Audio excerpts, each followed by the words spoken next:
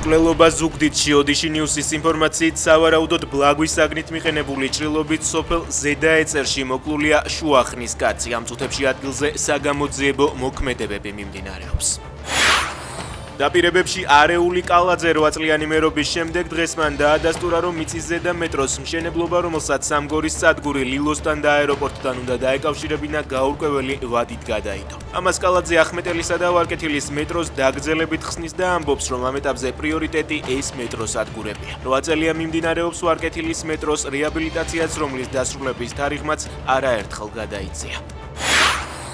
ჩვენ ციხე ვერ გავკტეხს, ჩვენ მათ ციხიდან გავტეხთ, არა და არასდროს შეწყალება. პროპაგანდისტების მიერ გაჟღერებულ ნარატივს პროევროპულ აქციაზე დაკავებულების შეწყალებასთან დაკავშირებით ციხიდან ნიკოლოზ ჯავახიშვილი ეხმაურება. 20 წლის პატიმარი წერილში ამბობს, რომ ადრე საპროცესო შეთანხმებაზეც უარი თქვა. უსამართლოდ მოსჯილ წლებს პატიოსნად მოვიხდი და აქედან თავაწეული გავალ სრულიად სუფთა განსხვავებით მათგან, ვინც აქ ჩამსვა წერს რეზო კიკნაძე.